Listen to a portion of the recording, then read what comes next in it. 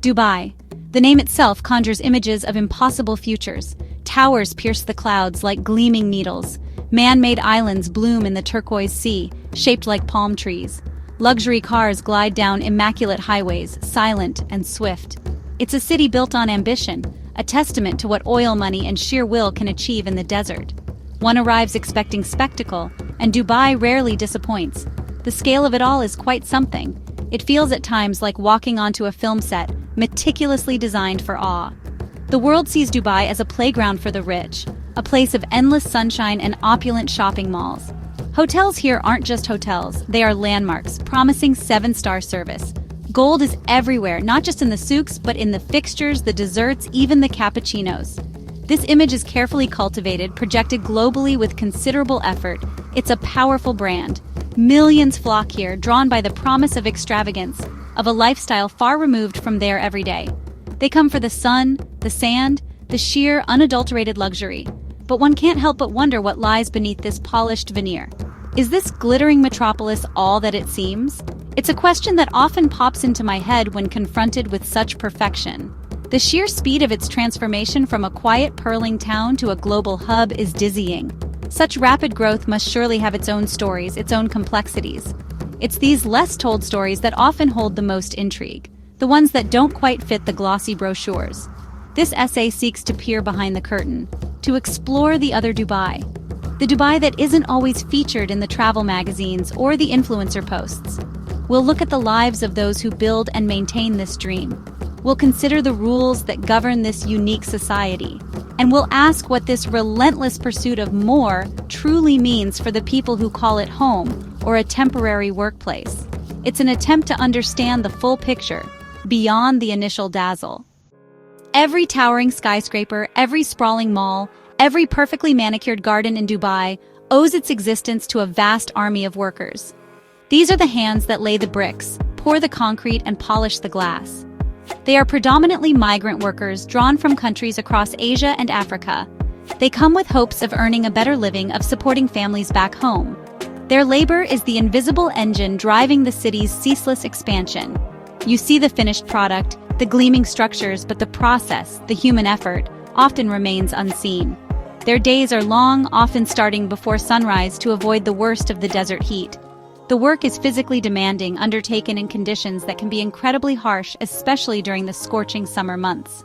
They live in labor camps, often located on the outskirts of the city, far from the glitz and glamour they help create. These accommodations are basic, rows upon rows of shared rooms. It's a stark contrast to the luxury they are surrounded by during their working hours. One wonders about the disconnect they must feel. These men, and some women, are the city's silent partners. They build the dream for others to enjoy. Their contribution is immense, yet their presence is often understated, almost peripheral to the main narrative of Dubai. They are bussed in and out of construction sites, a constant flow of humanity fueling the city's growth. Without them, the rapid development that Dubai is famous for would simply not be possible. It's a fundamental truth of this place. The city's skyline is a testament to their toil.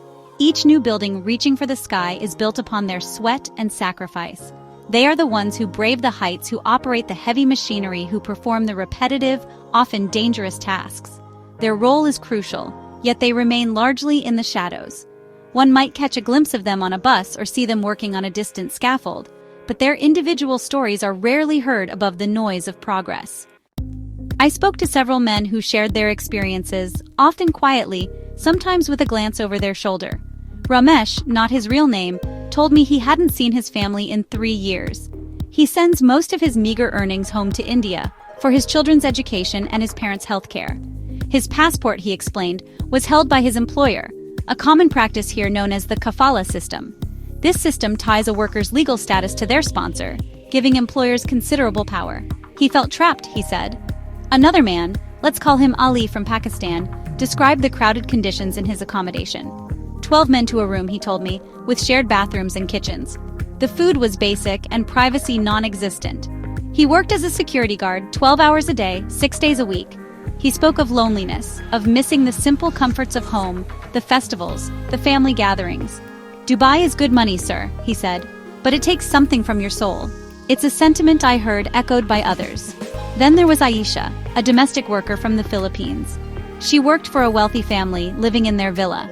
Her days were long, from early morning until late at night, looking after children, cleaning, cooking.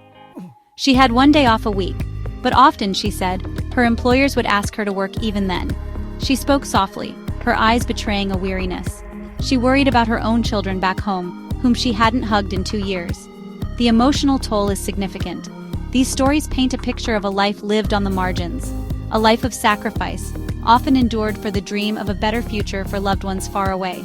The promise of higher wages is a powerful lure, but the reality can be harsh. Many find themselves in debt from recruitment fees even before they start working. Their struggles are a hidden narrative woven into the fabric of this prosperous city, yet rarely acknowledged in the grand spectacle of Dubai. It's a human story that deserves to be heard.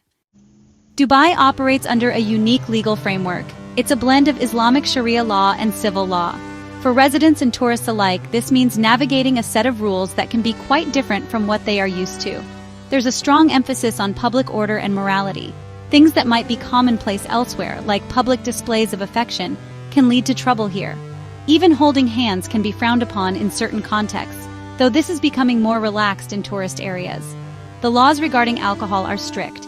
It's available in licensed hotels and clubs, but purchasing it for home consumption requires a personal liquor license, usually only available to non-Muslim residents. Drinking in public or being intoxicated in public are serious offenses. This control contributes to the city's remarkably low crime rate and its reputation for safety. But it also means a certain level of constant awareness, of ensuring one doesn't inadvertently cross a line. It's a trade-off, some might say, order for certain freedoms. Freedom of speech and expression are also circumscribed. Criticism of the government, the ruling families, or Islam is not tolerated. The media is heavily regulated. This creates an environment where open dissent is rare. People are generally careful about what they say, especially in public forums or online. For many expatriates, the understanding is clear. Enjoy the tax-free income and the safe environment, but don't engage in political discussions or challenge the status quo. It's an unwritten rule of residency. These laws shape daily life in profound ways. They contribute to the sense of order and predictability that many residents appreciate. However, they can also feel restrictive, particularly for those from more liberal societies. The consequences of breaking the law can be severe, including hefty fines, imprisonment, and deportation. This reality underpins the smooth functioning of the city, ensuring that the carefully constructed image of Dubai remains largely undisturbed by public displays of disorder or discontent. It's a system designed for control. The contrast between the lives of the ultra-rich and the low-wage workers in Dubai is, honestly, staggering. It's a tale of two cities existing side by side, yet worlds apart. On one hand, you have unimaginable opulence, private jets, sprawling mansions with fleets of supercars, and designer shopping sprees that cost more than many workers earn in a decade. There are lavish parties on yachts, exclusive clubs, and a lifestyle of seemingly limitless indulgence. This really is the Dubai of global perception, the magnet for the world's wealthy. Then, there is the other side. The workers who service this luxury. Maybe they clean the mansions, drive the expensive cars as chauffeurs, or serve the gourmet meals. But their own lives are lived in starkly different circumstances. We're talking about crowded labor accommodations, meager wages, and limited access to the very amenities they help maintain. They see the wealth, they're surrounded by it, but it remains largely out of reach. This disparity is, without a doubt, a defining feature of Dubai's social landscape. It's kind of hard to ignore once you start looking. For the affluent expatriate or the Emirati elite, Dubai offers a life of unparalleled comfort and convenience. There are world-class schools, high-end healthcare, and a whole bunch of leisure activities. Weekends can be spent at beach clubs, desert safaris, or exploring the endless entertainment options. They live in spacious villas or luxurious apartments in desirable neighborhoods like Dubai Marina or Jumeirah. Their experience of the city is one of abundance and opportunity, a very different reality from those at the other end of the economic spectrum. The city's infrastructure, while impressive, often reflects this divide. Public transport, like the metro and buses, is used extensively by the workforce. But the city is largely designed for cars, and the more affluent tend to rely on private vehicles. Even leisure spaces can feel segregated, not by explicit rules, but by economic barriers. Sometimes a coffee in a high-end mall can cost what a laborer earns in half a day. This economic segregation is a silent but powerful force, shaping the daily experiences of everyone in the city. Dubai is, honestly, a master of image management. The narrative presented to the world is one of progress, luxury, and, well, limitless possibility. Tourists arrive and are generally shown a curated version of the city. They experience the stunning attractions, the impeccable service, the sense of safety and order.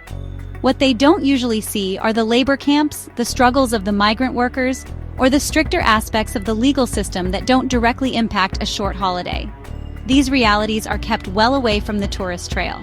The media within the UAE operates under significant restrictions. Reporting on sensitive issues, such as labor rights abuses or criticism of government policies, is rare and honestly, pretty risky. International journalists often face limitations on what they can cover.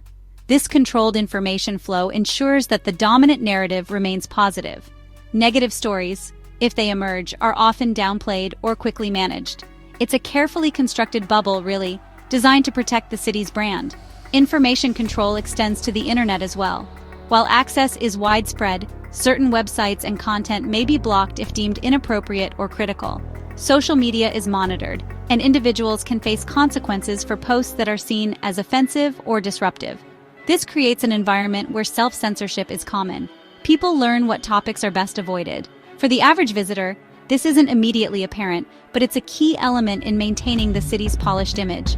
The result is a version of Dubai that is highly appealing, but not entirely complete. The glitz and glamour are real. The achievements in architecture and infrastructure are undeniable.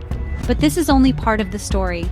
The less palatable aspects, the human cost of development, the restrictions on freedoms, these are often hidden from view. It's like a magnificent stage production.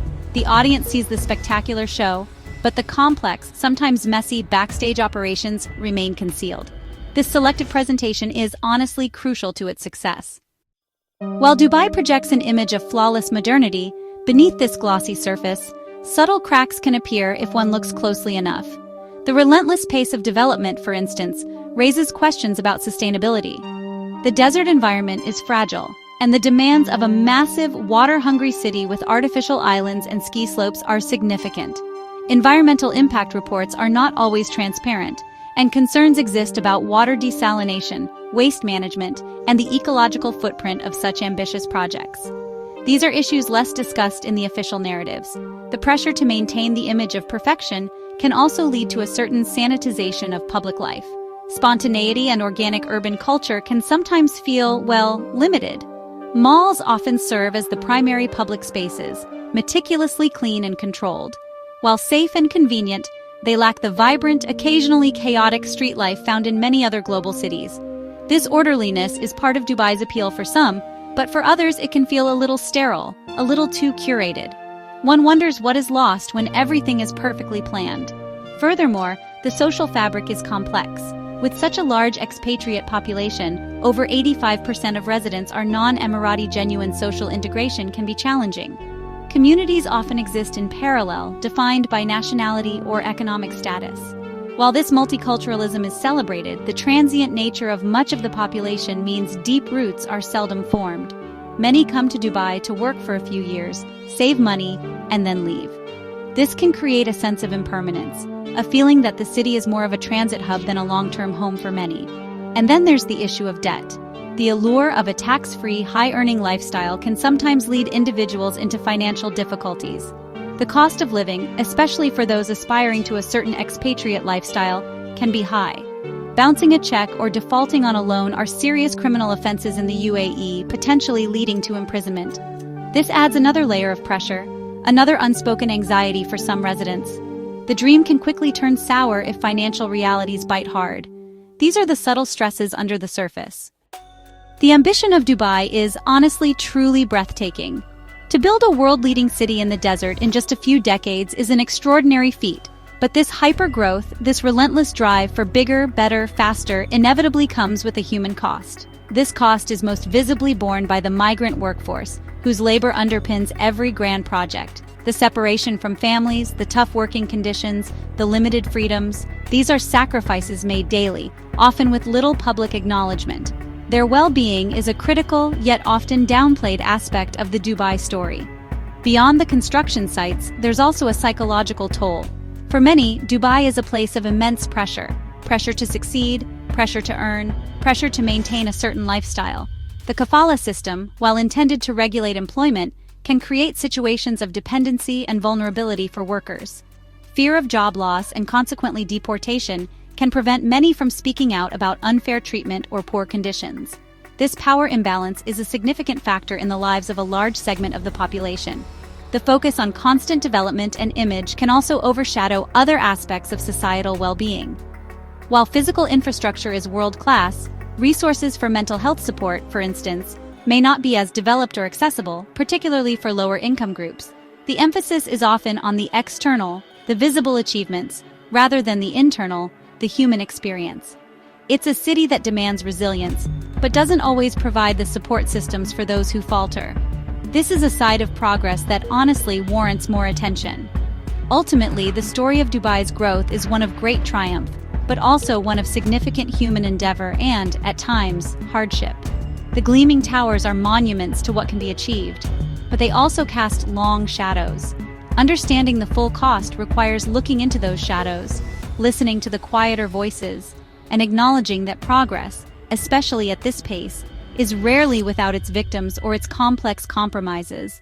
It's a conversation about priorities and the true price of ambition. Dubai has shown the world what visionary leadership and immense resources can achieve. It has built a global hub from sand and ambition. The city is undeniably a marvel of modern engineering and a magnet for talent and investment. But as the glitter settles, deeper questions about the nature of its progress emerge. Is development measured solely in the height of its buildings or the breadth of its luxury? Or should it also encompass the well-being and rights of every individual who contributes to its success? The model of development pursued by Dubai, reliant on a vast, often low-paid migrant workforce operating under restrictive systems, raises ethical considerations. While providing employment opportunities that may not exist in workers' home countries, the conditions and lack of agency faced by many are significant concerns. True progress, one might argue, should be inclusive and equitable. It should uplift all members of society, not just a privileged few. The current disparities challenge this notion. Sustainability is another critical question. Not just environmental sustainability, though that is crucial, but also social and economic sustainability. Can a model built so heavily on transient labor and continuous, rapid expansion be maintained indefinitely without addressing underlying issues of worker welfare and rights? A truly sustainable city is one that nurtures its human capital and ensures a fair distribution of its prosperity. This requires looking beyond short-term gains. Ultimately, Dubai stands as a powerful symbol of 21st century aspiration. But it also serves as a case study, prompting us to ask what real progress looks like. Is it found in the shimmering facades and record-breaking statistics?